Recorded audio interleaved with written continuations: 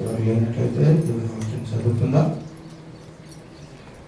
129వ కీర్తన.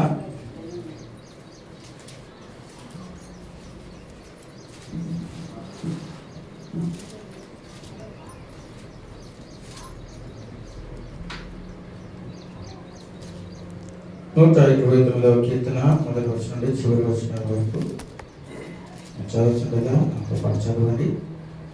ఇశ్రాయేలు ఇట్లనును, నా యవ్వన కాలము మొదలుకొని పగవారు నాకు అధిక బాధలు కలుగజేయుచు వచ్చిరి. నా యవ్వన కాలము మొదలుకొని నాకు అధిక బాధలు కలుగజేయుచు వచ్చిరి.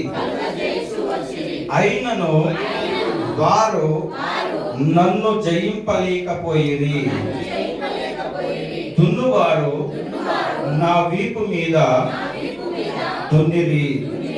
వారు చాళ్లను పొడుగుగా చేసిరి. యెహోవా న్యాయవంతుడు, భక్తిహీనులు కచ్చిన త్రాళ్ళు ఆయన తెంపి ఉన్నాడు. సియోను పగవారందరూ సిగ్గుపడి వెనుకకు త్రిప్పబడుదురు గాక. వారు ఇంటి మీద పెరుగు గడ్డి వలె నుందురు గాక. ఎదుగక మునుపే అది వాడిపోవును. కోయువాడు తన గుప్పిలి నైనను పనలు కచ్చువాడు తన ఒడినైనను దానితో నింపుకొనడు.